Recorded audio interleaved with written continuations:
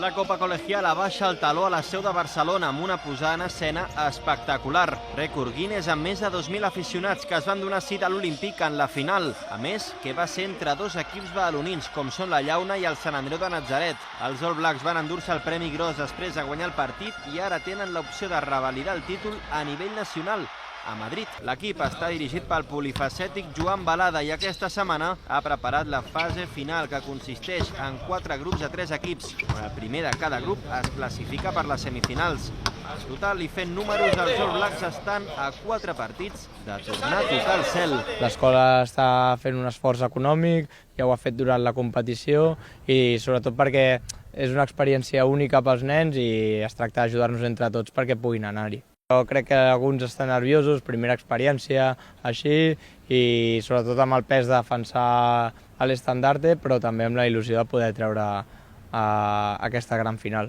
Sabia que vindria gent, que hi hauria molt d'ambient, però un cop va començar i la primera vegada que em vaig girar i vaig veure tota la grada plena, ostres, vaig dir quin goig i alhora quina pressió i quin escenari s'ha dibuixat aquí pel partit.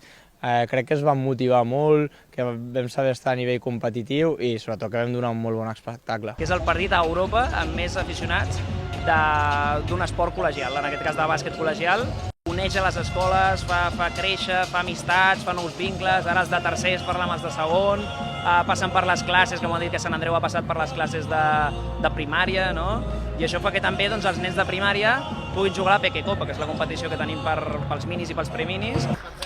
L'expedició badalonina ja està camí de Madrid, on aquest divendres a la tarda tindrà el primer partit de grups. La Llauna, Salesians Horta i l'Àgora de Sant Cugat són els 3 equips catalans masculins presents a la fase final, mentre que en categoria femenina només hi ha representació catalana per part del Sant Gabriel de Barcelona.